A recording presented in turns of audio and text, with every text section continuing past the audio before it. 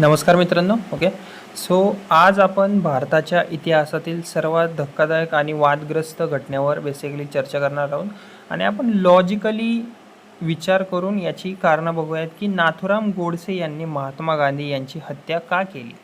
Okay, याच्यामागं काही कारणं आहेत, ते आपण एक एक करून बघून घेऊयात. ओके, सो 30 जानेवारी 1948 नवी दिल्लीतील प्रार्थना सभेत महात्मा गांधी यांच्यावर गोळीबार झाला. ओके, आणि हत्यारा कोण होता? नाथूराम गोडसे.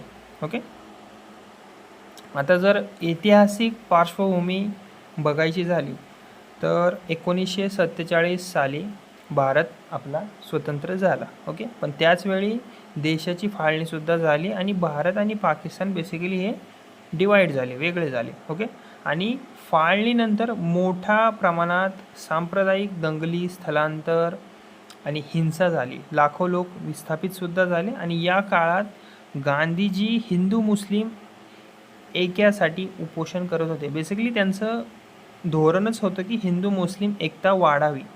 ओके, आणि आता गोडसेंचे विचार काय होते? जर गोडसेंच्या विचाराचा यावर परिणाम सांगायचा झाला तर न्यायालयीन निवेदनानुसार, ओके, सो गोडसेंनी न्यायालयात असे सांगितले की त्यांना वाटत होते की गांधीजींची धोरणे ही अति तडजोडीची होती.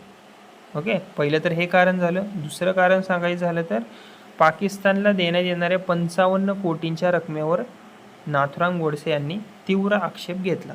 ओके, त्यांच्या मते गांधीजींचा प्रभाव राजकारणावर अत्यंत जास्त होता आणि हे त्यांचे स्वतःचे विचार होते, ज्यावर आजही इतिहासकारांमध्ये तीव्र मतभेद आहेत.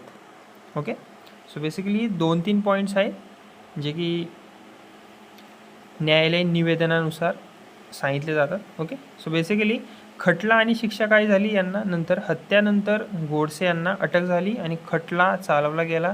त्यांना दोषी ठरवण्यात आले आणि 15 नोव्हेंबर 1949 रोजी गोडसे यांना फाशी देण्यात आली. ओके, सो सांगायचं एवढंच की जर इतिहासात ही घटना 3 प्रकारे बेसिकली पाहिली जाते. ओके, खूप जण याला अतिरेकी विचारसरणीचा परिणामसुद्धा मानतात आणि काही जणांच्या मते त्या काळातील राजकीय असंतोषाचा परिपाक याला म्हणतात सपोर्टिव्ह वेवमध्ये. ओके, म्हणजे गोडसे यांचा सपोर्टिव्ह मतलब त्यांना पाठिंबा देणारे सुद्धा खूप असे आहेत लोक. ओके, आणि तिसरा पॉईंट सांगायचं झालं तर काही इतिहासकार याला नव्याने स्वतंत्र झालेल्या राष्ट्रासाठी मोठा धक्कासुद्धा मानतात.